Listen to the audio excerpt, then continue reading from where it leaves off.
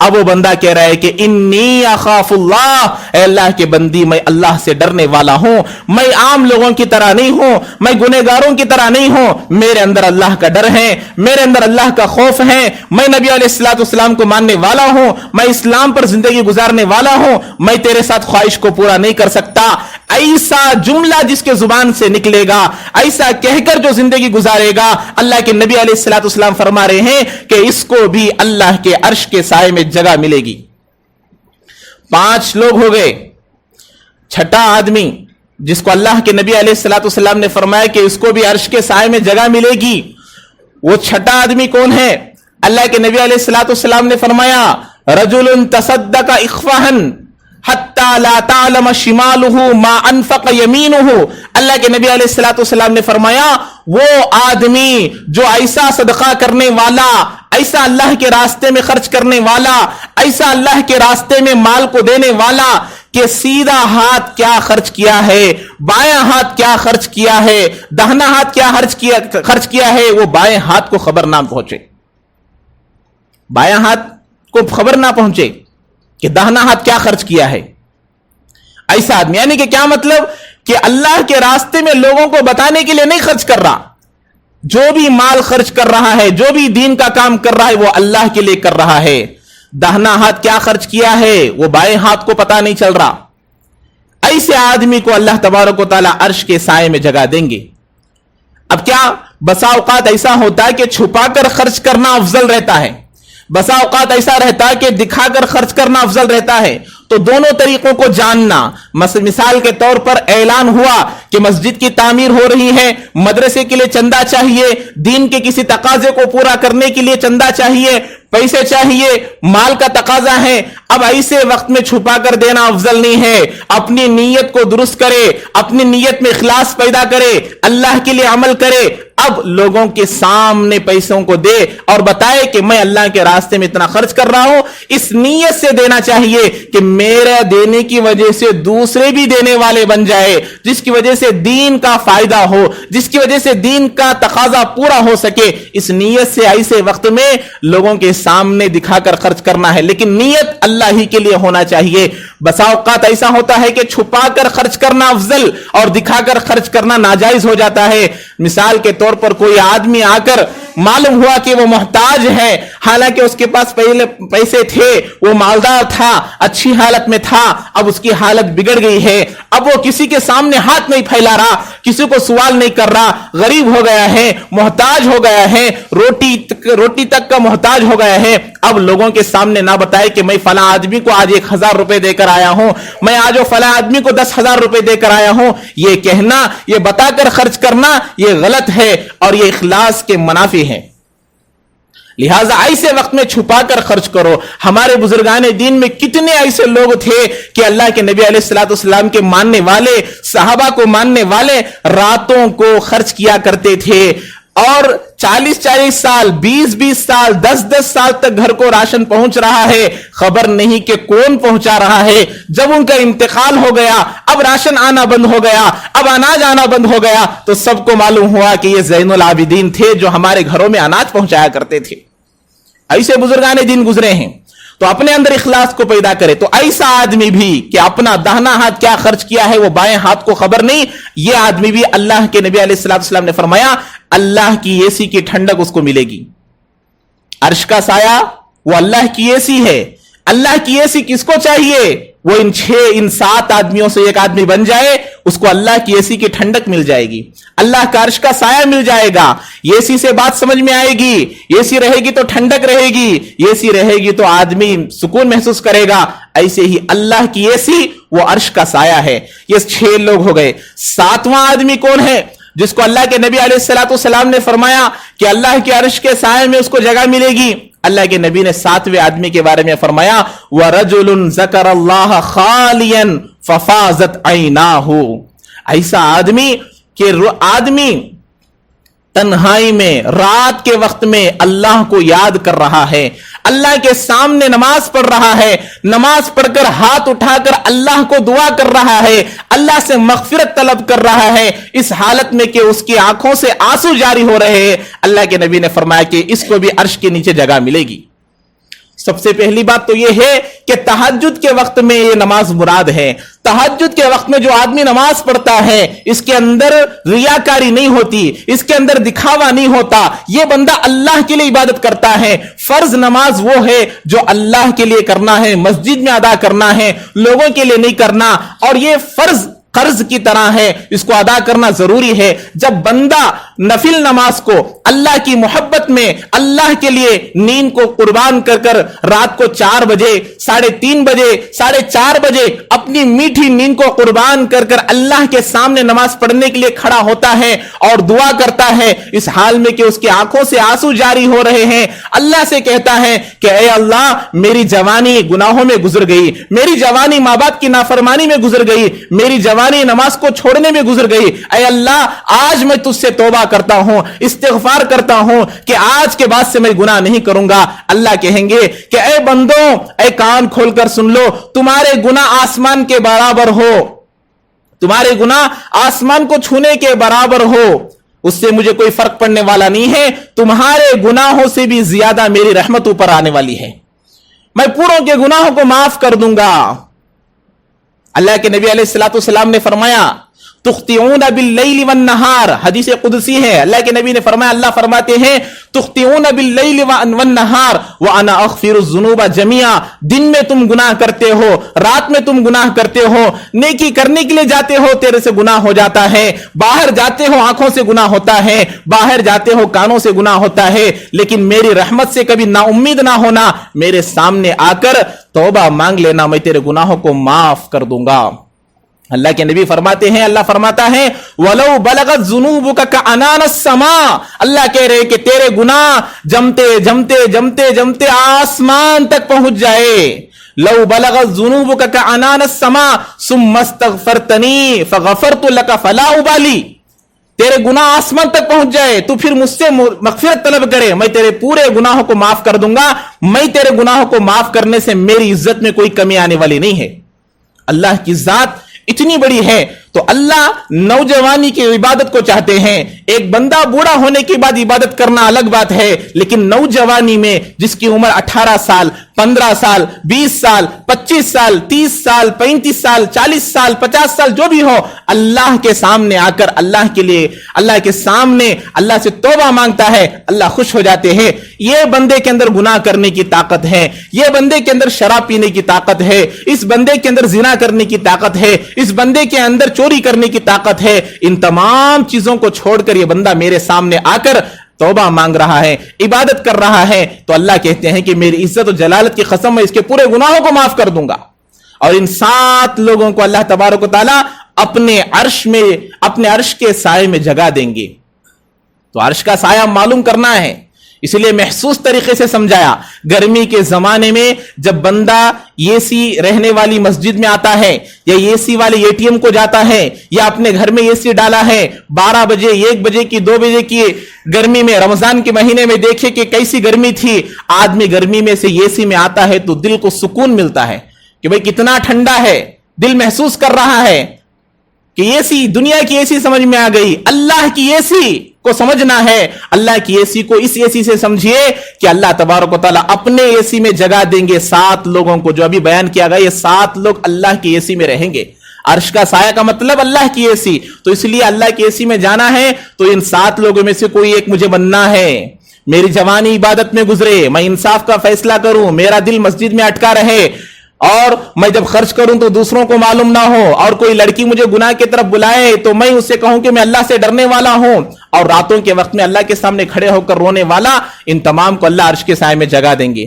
اور آخر میں ہر جمعہ جسے میں کہتا ہوں کہ نماز جو جمعہ میں پڑھتے ہیں, اللہ معاف کرے, اللہ ہمارے مسلمانوں کو صحیح سمجھ نصیب فرمائے کہ دنیا کے اندر جتنا بھی مشغول رہے آدمی, چاہے وہ ایک دن میں 1 کروڑ کمانے والا ہی کیوں نہ ہو, اللہ یہ نہیں کہتے کہ بھئی 1 کروڑ کمانے والا ہے اس کو نماز معاف ہے.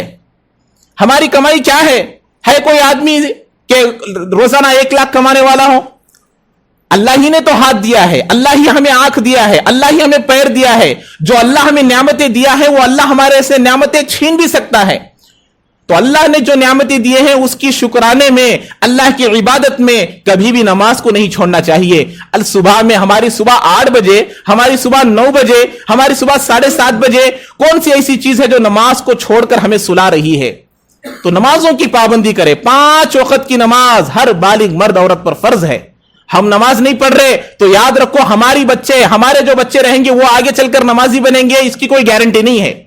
ہم ہمارے بچوں کو جیسا بنانا چاہتے ہیں, ہم پہلے ویسے بنیں, ہم جیسے بنیں گے ہمارے بچے ویسے بنیں گے. میں نماز کا پابند ہوں تو میرے بچے پابند بنیں گے. میں سچ بولوں گا تو میرے بچے آگے چل کر سچ بولیں گے. اگر میں جھوٹ بول رہا ہوں تو میرے بچے آگے چل کر جھوٹ پر جھوٹ بولنے والے بنیں گے, نماز نہیں پڑھنے والے بنیں گے.